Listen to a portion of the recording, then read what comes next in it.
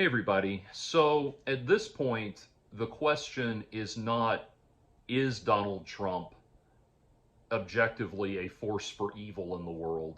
The question is, do you understand that Donald Trump is objectively a force for evil in the world?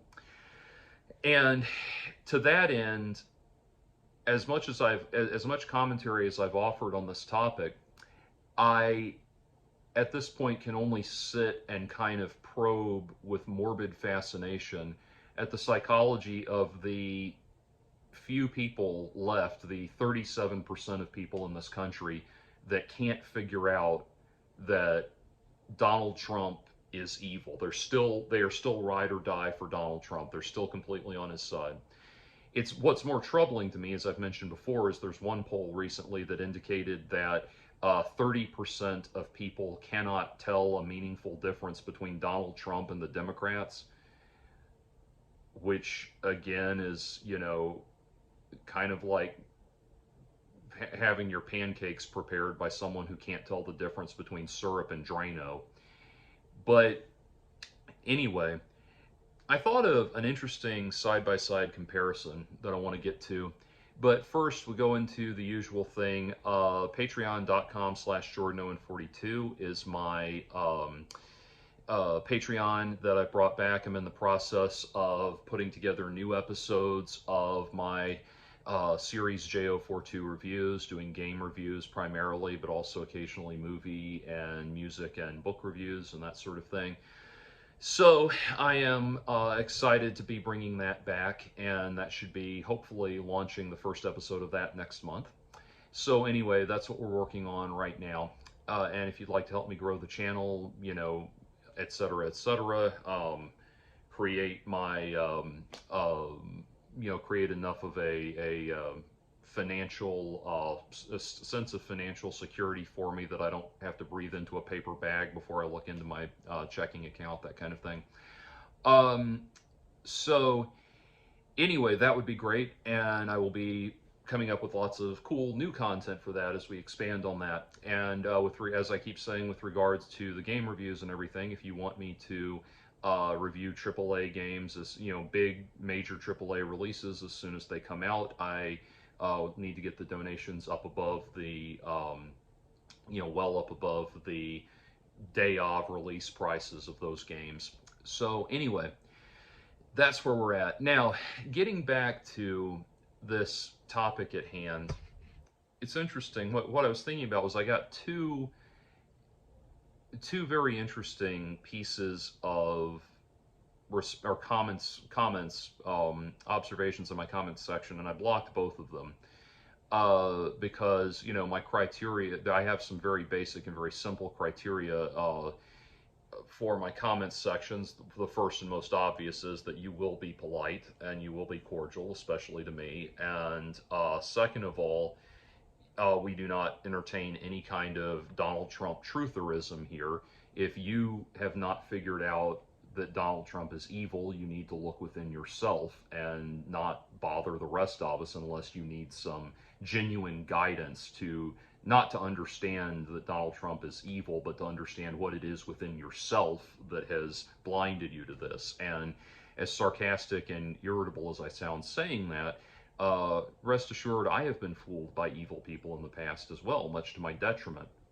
That's what I wanted to talk about. So the first of these things, the first of these I wanted to address was I had posted a thing recently in my comments, my community page, saying that, one thing I can truthfully say is that I have never supported the guy who mocked a physically disabled reporter in front of thousands of people. And so this one person who's a fairly new participant on my channel, commenter on my channel, posted a link to a Fox News video titled, "Did Donald Trump really mock an autistic reporter?" Okay, I'm not autistic, disabled reporter. And so I immediately blocked the person. Again, we don't do any kind of Donald Trump trutherism here. And if you don't understand that Fox News is was set up to be solely a mouthpiece for conservative uh, conservative talking points and will go to great lengths to distort the truth, something that has been very costly to them from a litigious standpoint now for decades. If you don't understand that that is what they do, and that they are specifically now the propaganda arm, or a major propaganda arm of Donald Trump specifically, then again, you need to look within yourself and start figuring out why you're so gullible. Of course, Donald Trump denied mocking Sergei Kovaleski. Yes, he denied that. He denied that mockery. But what he said was that he had never seen Sergei Kovaleski in person, had no idea that the man had these physical deformities or physical disabilities. I'm sorry, physical disabilities, and that he was attempting to show somebody groveling. Doing like this is not the motions of someone that's groveling. I don't know what, if he, the Wayne's World "we're not worthy" kind of thing would have made more sense. But anyway, no, he very clearly was making fun of the guy's physical deformities. I'm sorry, I keep saying deformities, disabilities. Making fun of the guy's physical disabilities, and tried to say that he had never met the man in person. There's just one problem. Sergei Kovaleski is a very prolific journalist and had, in fact, interacted with Donald Trump on numerous occasions. And so, furthermore, none of Donald Trump's actions indicate somebody that even understands the problem with the confusion. If that was genuinely the case, let's say he didn't understand, or he didn't realize who he was making fun of, and he didn't understand who he was making fun of, and it genuinely didn't intend any harm. Well, first of all, none of his behavior indicates that he is sorry even for accidentally causing harm to Sergei Kovaleski and indeed all of the other people who felt shat upon by his behavior. It is not the appropriate practice of a genuine presidential candidate, to engage in that kind of high school bully behavior. That is absolutely not appropriate. When the president is when a presidential candidate is out there on tour, out there on the campaign trail, they should be demonstrating that they are capable of holding themselves to a higher standard of moral conduct and dignity than William Zabka's character in Just One of the Guys. So that alone should be disqualifying. The fact that he portrayed anyone that way should be disqualifying. I want you to think about something. There was an incident shortly after Barack Obama became president that didn't even concern him directly, but it was an incident with, I believe it was a black college professor, a very dignified, highly regarded man within his community, that was having trouble getting into his house one day and was confronted by a police officer, and the incident got on video and got confronted in an inappropriate way by a police officer, and the incident got out and became viral on the on the news media and the internet and that sort of thing. And Obama brought both of those people to the White House and set them down to have a beer with them. And as Bill Maher pointed out, how refreshing after the Bush administration that we can have a president who can be seen enjoying a beer because he's not a dry drunk. But anyway, he set them down for a beer and had this meeting of the minds moment, because he understood that that encounter that they had, although an isolated incident, was symbolic of a much larger tableau of black civilian to white police officer interaction in this country that needed to be addressed and needed to be dealt with on a meta level. And that's what somebody who genuinely cares about the effect they have on people does. Think about, there's a story that, as maddening as Ben Shapiro can be in some of his views from time to time, he, especially when it's, you're dealing with someone that, whatever his moral compass, is obviously a very intelligent person and knows bullshit when he hears it and is continuing to make excuses for Trump. But anyway, um, there was an incident where Ben Shapiro was doing one of those debate, public Q&A, battle type, battle Q&A things that they do, that the Daily Wire does, their speaking engagements on college campuses, where he was arguing with a trans person who had asked him a question. The trans person became overwhelmed, started crying, and ran out of the room. And he told the people filming it, "I do not want that as part of the broadcast. I want you to cut that out." And then he followed up with, he found out who the person was and arranged to sit down with them the next day privately and have coffee and talk to make sure they were okay.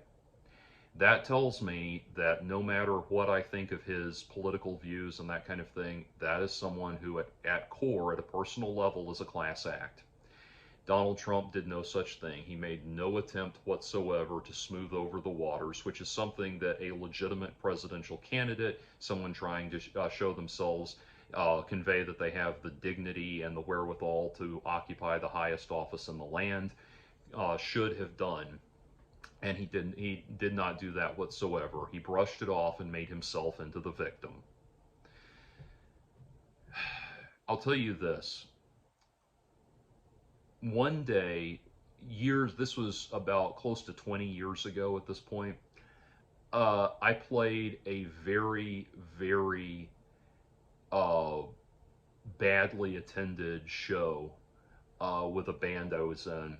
And I was really put out because this one woman had, just a drunk idiot, had stumbled and spilled beer all over my pedal board and everything. And I was not in a good mood, and I should not have said anything. And this is something that many, many years of maturity later, I am deeply sorry for doing. But I said to the largely empty room, I said, "Thanks for coming. I hope you all get cancer," and walked off stage. Well, guess what? The lead singer, the former lead singer of the band that had gone on before us, had died of cancer. And that was brought to my attention very quickly after the show. And I realized something. I remembered one of the guys in the band telling us that before they went on, that this was their first show with their new singer after the guy had passed away. And I felt horrible about that. So horrible. Our manager at the time was supposed to find that band and put me in touch with them to apologize, and she was not able to do it, and so the issue kind of festered for a while. Years later, probably 3 or 4 years later, I recognized the lead singer. I was playing another show at another venue. I recognized the lead singer, and I from that band, and I realized this was the same band that I had insulted. I said, "Hey man, can I talk to you? Can I talk to you for a minute?" He said, "Sure." And I took him aside and I told him everything I just said here.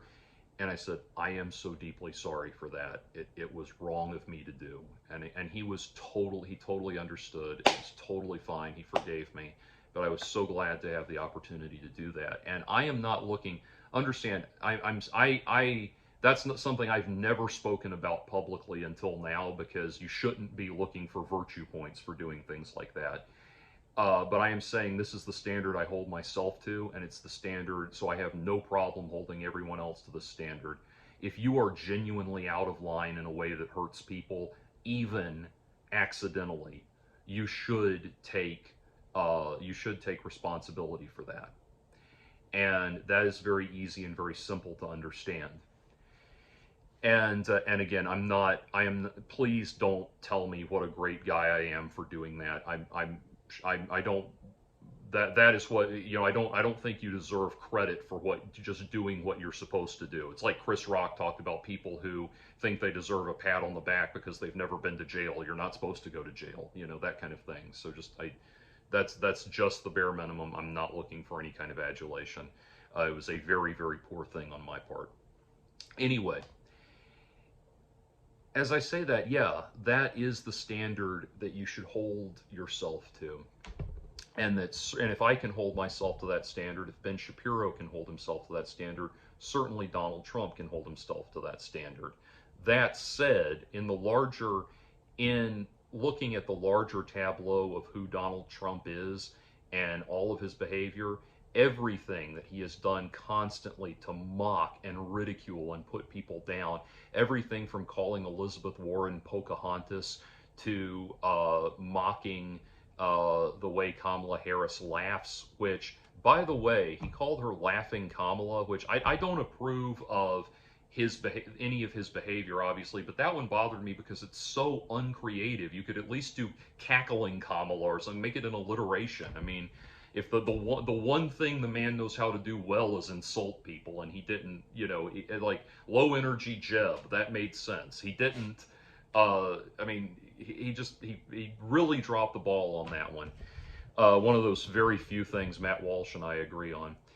But anyway, the point being, this is a man who lives to insult people and cut people down, and with no regard for basic human decency.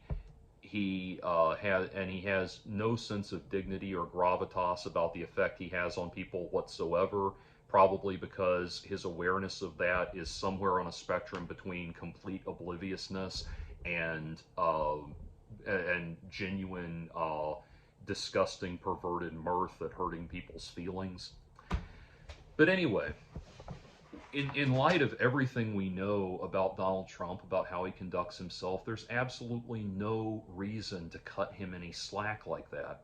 And for some reason, the people who think well of him do so by cutting him all the slack they can possibly cut him. They hold him to no standard whatsoever. It's kind of like I watched the Michael Knowles Jubilee debate, and Jubilee, the Jubilee thing where they put one person in the middle of the room and surrounded by 20 hostile questioners like that. It's great for sound bites. It is deeply unpleasant to try to listen to one of those things. People just start shouting at each other. And and somebody sits down with Michael Knowles and says, "How can you support Donald Trump after he raped E. Jean Carroll?" And he smiles and says, smiles that very devilish grin he has and says, "Nobody seriously thinks he did that." It's like, I do. It was demonstrated in court that he did that. And the thing that sickens me most about that, on that particular note, is that there's these memes that circulate that show Ivanka Trump, or Ivana or Ivanka, his first wife, the first Mrs. Trump, and Melania Trump back in their 20s, in their heyday, and it says, look at the women Donald Trump fucks, and then it shows a picture of E. Jean Carroll now, and says, do you really think he'd lower his standards like this? It's like, that is disgusting. To even make that, to even try to justify it. And again, this is another thing Donald Trump has said publicly on the campaign trail, that there was a woman, it may have been E. Jean Carroll, that was accusing him of sexual misconduct, that he tried to prove it never happened by saying that she was physically beneath his standards. He wouldn't have approached her in the first place, amazingly. Anyway, but like, these are the women Donald Trump fucks, look at this one. And they show a picture of E. Jean Carroll now. Of course, she doesn't look like she did back in her 20s and 30s. Go look at her pictures of her back then. She totally fits with his type. Anyway, and I hate to, and again, even that, I shouldn't even have to make that argument. But again, it's just cutting him every single bit of slack in the book. And I'm not telling you anything you don't already know here. But I got this other comment on another video that really was very telling to me in trying to understand. Again, like I said at the beginning of this video, the question is not, is Donald Trump is Donald Trump a force for evil in the world? That is not the question. The question is, why do you not understand that Donald Trump is a force for evil in the world? And that's what I emphasize to everybody. Like, again, this is not a place where you come to this channel. If you're seeing this video for the first time, this is not a place where you come to this channel and try to convince people of your pro-Trump views. This is a channel where any of that, I don't encourage people to harass you at all. No one should be harassing or antagonizing anybody. But if you have to, if such a comment gets posted on my channel by someone and you feel like you have to respond to them at all, what I ask is that you try to work with them to help them understand what their problem is, because the problem is completely with them, not reality. Anyway, I think close to 15 some odd years ago at this point, probably, I did a video called Ted Bundy Porn Victim. And what I was responding to, anti-sex work, anti-pornography activists, be they the sex worker excluding radical feminists on the left or the religious busybodies on the right, they use the same propaganda and they circulate the same propaganda. And one of the things both sides like to circulate is this interview clip of Ted Bundy the night before he was executed, talking to a reporter because he wanted people to understand that the effect that watching violent pornography had on him. This word violent gets thrown in pornography discussions all the time, and it's a little bit of a misnomer, because what's considered violent, violence is basically anything that the anti-porn activist finds uncomfortable, up to and including thrusting too hard. And no, I'm not exaggerating when I say that. But this thing gets circulated because it's Bundy talking about how, he was such a victim of the effects of watching violent pornography as a child, and he just wants people to understand the effect that stuff had on him so that they don't make the same mistakes that he did, blah, blah, blah. Cry me a fucking river. Look, I am opposed to the death penalty in practice, and on a principled level, I'm opposed to the death penalty. I find it very difficult, however, to shed a tear for Ted Bundy. And what's amazing is, and I got a comment, I've not said anything about this video in a long time, and I may not have it up anymore. Some of my older videos I take down, because what's irritating is when somebody comments on a video I made 15 years ago, like it was, I've been doing YouTube since 2007, so I've been doing this for almost 20 years, and people comment on a video from over a decade and a half ago as if that is still what I don't even remember what I said specifically in the video that they're responding to, but they could begin with, do you still feel this way? That kind of thing. But anyway, this person just lit into me the other day, commented on that video, and of course, was certain that the problem was me, the real problem, the thing that was stopping me from understanding the truth of what Ted Bundy was saying was that I could not get a girlfriend myself, and I found that especially galling because I am newly and gratefully single, having just left well, we won't go there. Having left a relationship I'm glad to be out of. I don't want to trash my exes too much online, although, well, anyway. But, don't want to get into my personal affairs too much, but I am newly single. Anyway, the thing was, though, this person was just convinced that, Bundy was speaking the truth. They really thought that what they were looking at was this deeply remorseful man who was genuinely taking accountability for his actions and was trying to do this one redemptive altruistic thing before he, paid the ultimate price for his, heinous crimes that he was now, fully aware of the enormity and horror of, and all of that shit. No, don't be a fucking idiot. Don't be a fucking idiot when this is Ted Bundy. This is Ted Bundy.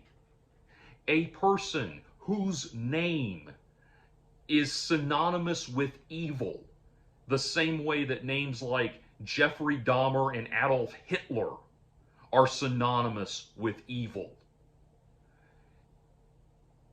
There is nothing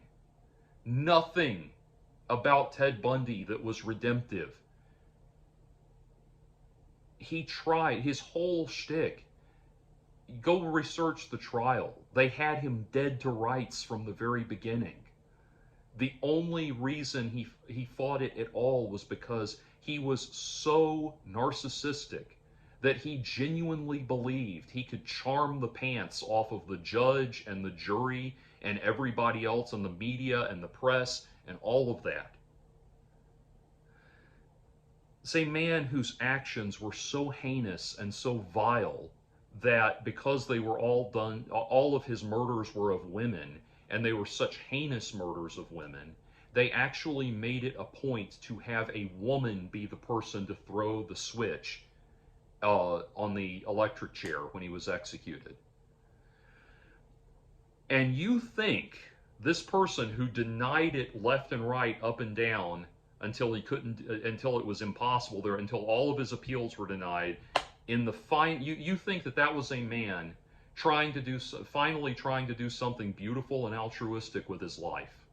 No, that was a very manipulative, insanely manipulative psychopath, murderous, serial killing psychopath who was doing everything he could think of to get himself a stay of execution. Every single thing about how he conducted himself all through the investigation, the trial, and all the years leading in prison leading up to his execution was one act of bullshit after another, trying to convince people of his innocence. And thankfully, the right people saw through his bullshit and put him in a place where he could not be a threat to anybody anymore. And like I said, I'm opposed to the death penalty in practice. I think a lifetime in prison is a far more, and I do think a lifetime in prison is a far more painful and tedious punishment than just being put to death. And so, all of that aside, though, how, that this person genuinely could not see what was right in front of them. Bringing back the sex worker thing, sex workers' rights advocacy, which is what I was doing back when I made that video, I commented back then on a woman named Shelley Lubin, who ran a scam organization called the Pink Cross Foundation. It was the scam, it was a scam, and it was, in principle, the concept was that she was helping women who had left the porn industry find work and find jobs and find, find a new life, a new purpose, a new life after leaving porn. And the organization very quickly fell apart because it was a scam. And at the time, all these people, people made every excuse for her in the world that, oh, well, clearly she's just having difficulty running this organization because of the sheer enormity of yada, yada, yada, all this. Okay, it keeps falling apart.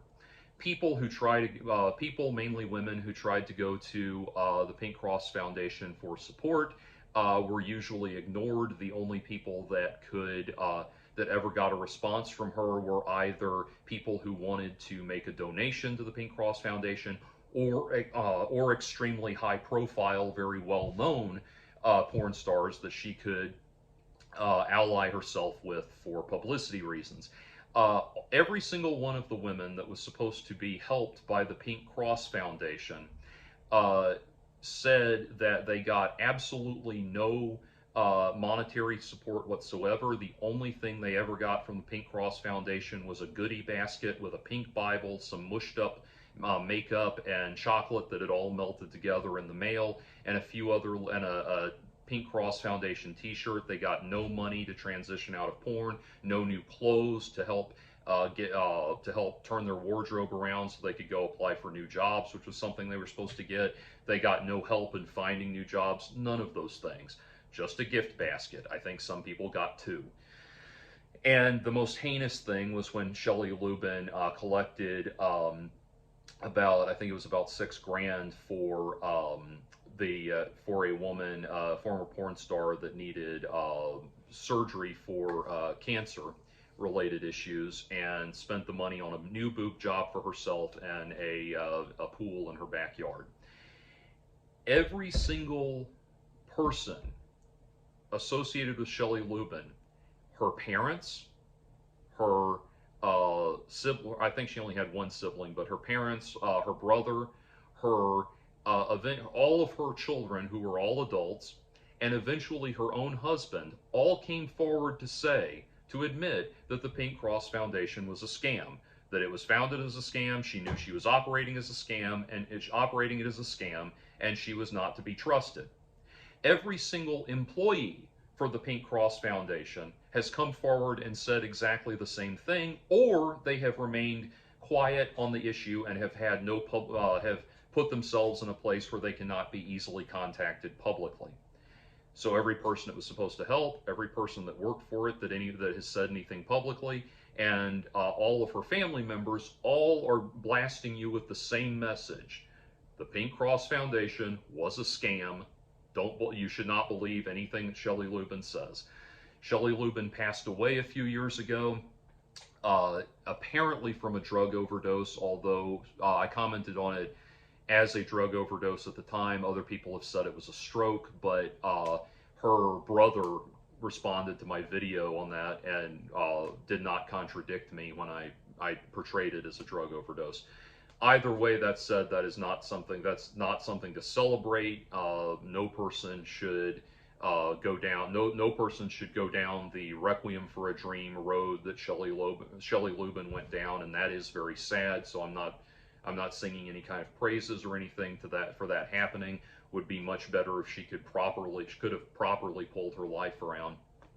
Anyway, but people to this day, I get people. I did a video called "On the Death of Shelley Lubin" when she passed away, and I to this day get people writing in and saying, "I don't know. I think she was trying to do the best she could, and I think she really wanted to help." Like, good God, there is absolutely no indication, none whatsoever, other than her telling you that was her intention. All of the evidence points in one direction. And not the boy band. All of the evidence points in one direction, just like all of the evidence points to one direction with Ted Bundy, and all of the evidence points in one direction with Donald Trump. And yet there is this impulse, and this is what's interesting to me with these people. There is still this impulse. And it's so bizarre to me, that even when 100% of the evidence is completely against any indication that this is a good person, they will still try to cling to that one little morsel that they can get their fingers on. That person that I blocked about the Trump disabled reporter thing, it is, again, the question is not, is Donald Trump a force of evil? The question is, why do you not understand that Donald Trump is a force for evil? That person, almost a decade after everything we know about Donald Trump, tried to change my mind with the flimsiest and weakest possible excuse on something that is so obviously and nakedly consistent with the behavior of what Donald Trump does, of kicking people when they're down, mocking them for their shortcomings, things they can't help, tearing into them, reducing them to their most embarrassing attributes, all of that. Somehow, that person still needed to be a truther.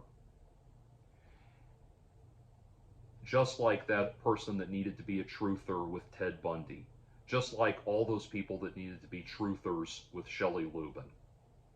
And the question comes, what is it that makes people want to be truthers about things like that? And the general answer, I think, is that I think the general answer is that people want to think that they're on the outside of the masses. They want to think that they're seeing the larger picture that no one else is seeing. I think there's a lot of comfort in that. You know, I went years and years and years ago, I went whole hog on Ayn Rand. I'm not whole hog on Ayn Rand anymore, but you know, there are a few things I think she's objectively correct about, no pun intended, and a lot of other things I now disagree with her on. But I really went whole hog on Ayn Rand, and if I'm being honest, the reason for it was it allowed me to feel like I was apart from, not a part of, but set apart from the the deluded masses that couldn't see what was going on around them. There's a comfort in that, of not having to worry about, am I one of these people? Am I just as deluded as they are? Am I just as confused and scared as they are? Am I just as out of touch as they are? Am I just as vulnerable as they are? I think that's part of it. But even more so, I think what it really comes down to, and this is what evil people like Donald Trump, like Ted Bundy, all the way up to and including the devil himself, all understand. I think when people are confronted with real evil, when they're confronted with truly evil people, I I think it is not scary so much as it is confusing, because people aren't, Mitzi says hi, people are accustomed to interacting with the rest of the world with the understanding that people around them have some moral compass. We may disagree, we may have different values, we may disagree on specifics of things, but we understand that at bottom other people have a moral compass just like we do. And when and when we're confronted with that, we're confronted with evil, it's not scary at first. It's not, like we would be scared of Dracula walking down, darkened stairs towards us or something like that. It's scary. It's confusing. It's perplexing. I had a thing one time. I'll give you an example. When I was at Berkeley, we had, or where I went to college is not important, but where in this case, but when I was in college, we were, I was having this argument with some guys that lived on the same floor as me about whether or not the rules said that we were required to sign in, to sign in people on the at the front desk. I'm sorry, I should be getting dinner, not doing this, but I'm too far into this now to start over. Anyway, like if people were coming to visit, if we had guests coming into the dorm, obviously if they were not Berkeley students, we were supposed to sign them in. But we were debating about whether or not, we didn't know off the top of our heads if the rules said that we were supposed to, that we had to sign in other people that were other Berkeley students. And ultimately it turned out we did not. If you had an ID, you could go into any of the dorms. But this one guy I was talking to, we were talking about, I said, well, the problem with that is whoever I sign in, I become responsible for their behavior to some extent, and because this one guy that I was talking to said, well, I sign people in all the time that I don't even know. My name is never, my name's not legible. They can't tell what it says. And this seems like an odd example, I know, but it was so perplexing talking to him. And I remember talking to my dad on the phone about that, how odd it was trying to get a message across to him. And I had a little tension with this guy before, because this guy tried to make some kind of yo mama joke at me, and but he used your father. He tried to go and make a joke about my father, and I turned around on him and said, well, he's not as gay as your father, or something like that. Just turned it around back on him. And later this guy, and this had been, months before this current incident I'm talking about happened, the same guy came up to me and said, look, if you ever say anything about my father again, I will fucking kill you. And he walked off. And I found out from some mutual friends later that the guy's father was dead, had died, and apparently recently. And well, it was certainly now, in contrast to what I had said earlier about taking responsibility, this is not a situation where I'm morally responsible for offending him. Because guess what? If making fun, if your father has just passed away, and making fun, or, someone making a joke at your father's expense is going to hurt you in that way, then you have a responsibility to not make jokes about other people's fathers and engage them that way. Turnabout is fair play. And on top of that, I had absolutely no way of knowing that his father had died.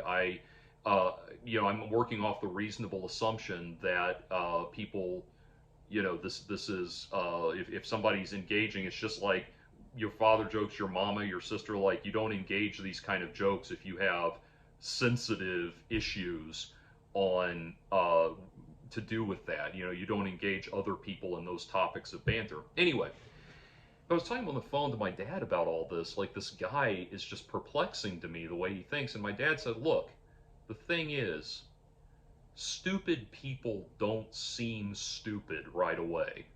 This guy's a moron. And then it finally made sense. And that's the thing.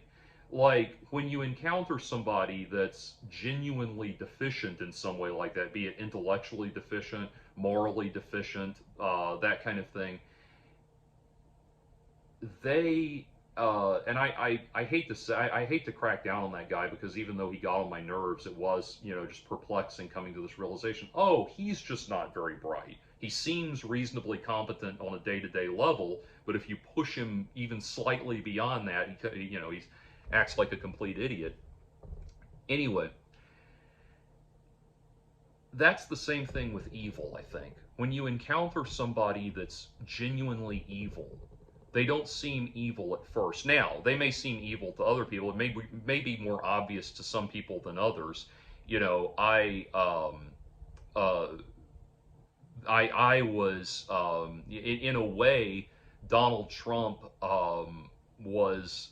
Donald Trump was I don't want to say there was a silver lining to it, but there was a quasi blessing for me in him becoming the Republican presidential nominee, or not even the nominee, just announcing his candidacy, because back then in the 2014, 2015, I had gotten involved with some very, very slimy, disgusting, vile internet people, and they all went whole hog for Donald Trump. And I thought, and as soon as that was the last straw for me. Like, I was not having anything to do with anything connected to Donald Trump, because I've known the man was a vile scumbag.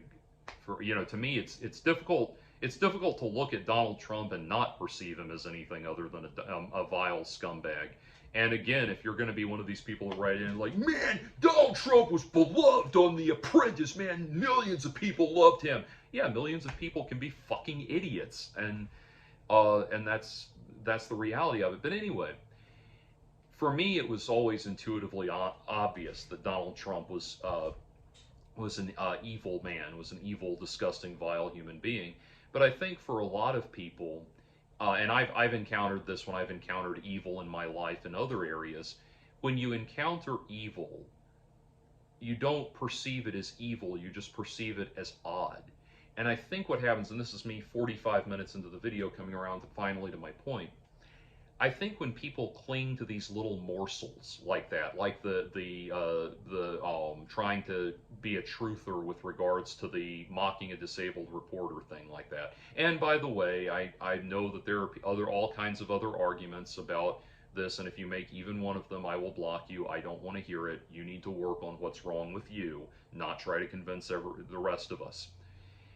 Anyway, so when they see things like that, they try to cling to these little things.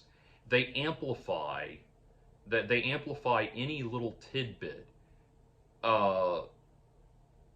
any kind of seemingly righteous anomaly that they can get their hands on. They try to amplify that and blow it up into some great demonstration of moral virtue and that sort of thing, because they have to. The cognitive dissonance moves them to start filling in the blanks.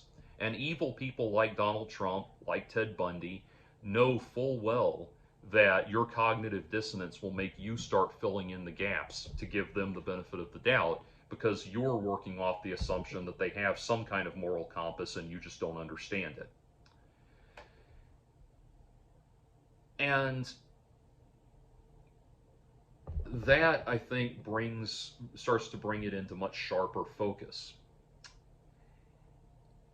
Once we realize that, there is a video clip of Donald Trump that gets passed around that people, his supporters, say, it is so wonderful. Well, I'll tell you what it is first before I tell you the response. It's a video clip of Donald Trump in his office. Somebody has got a camera on him, and Barron Trump, a very young, small, like toddler level Barron Trump, or almost toddler level Barron Trump, is in there in a little suit with a little briefcase, and he looks adorable.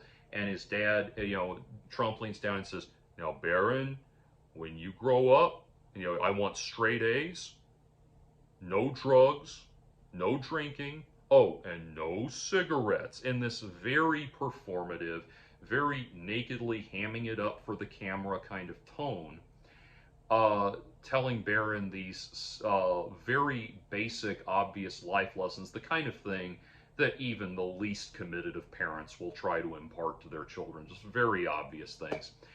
And people pass that clip around and they say, we should all want to have parents who, we should all pray to have parents that instill these good moral values in their children, and we should all aspire to be parents that impart these, and they blow that clip up into something infinitely more significant than what it is. Just like they look at there are people who look at that clip of Ted Bundy and can't tell that that is a manipulative, violent psychopath trying desperately to get a stay of execution. They look at that clip and they can't tell that that's Donald Trump hamming it up for the camera. What I'd like to see is a video of Donald Trump having a frank and honest discussion with Barron about the right way to treat women. I'd be very interested to see that. I'd be very interested to see a video where he talks to his, imparts sincerely to his children that they should judge people on the content of their character, not the color of their skin. I would be very interested to see things like that. Something above the most simple, banal advice a father could possibly give to his son. Get good grades, don't drink, don't smoke, and no drugs. Like, dear God, you think they actually blow that up in their minds to the point that this is some great, profound moment of sincere moral obligation, of a man fulfilling a sincere moral obligation to his child. They look at the picture of they look at the video of Donald Trump standing up and cheering for Barron when he accepted his high school diploma, and they say, look at how much this man loves his child. Okay, to all of the Christian nationalists who have apparently never brushed the dust off that leather-bound tome with the gold-trimmed pages that they're so fond of waving in the air, you might remember the part where Jesus points out that you don't judge the quality of a man by the love he expresses towards his family, his wife and children and family. He says even the tax collectors and the most vile, heinous people on the planet do that. Of course, they're nice to the people that in their family. They look after their own.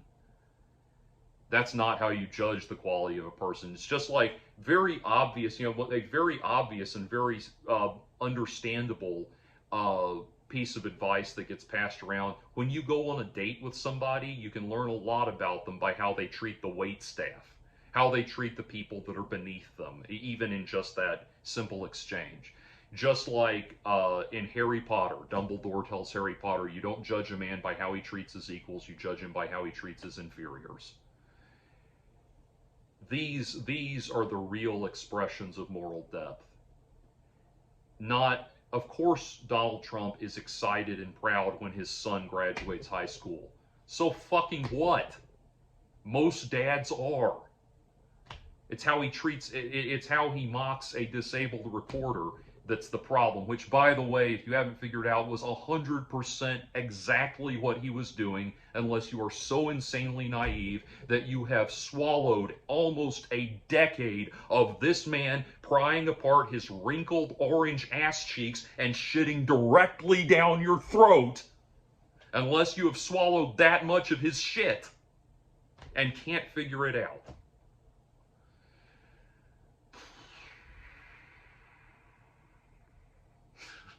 I'm sorry, it is aggravating to talk, understandably aggravating to talk about Donald Trump. I'm trying to, I'm trying to be less of a shock jock, in my old age. I'm trying to make less, less elaborately obscene remarks like that.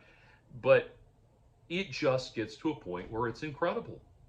It does not matter what kind of person you're dealing with. For some reason, it doesn't matter how much Donald Trump shits down your throat. It doesn't matter how much Ted Bundy shits down your throat. It doesn't matter how much Shelley Lubin shits down your throat. It doesn't matter how much these scumbags and hucksters shit down your throat.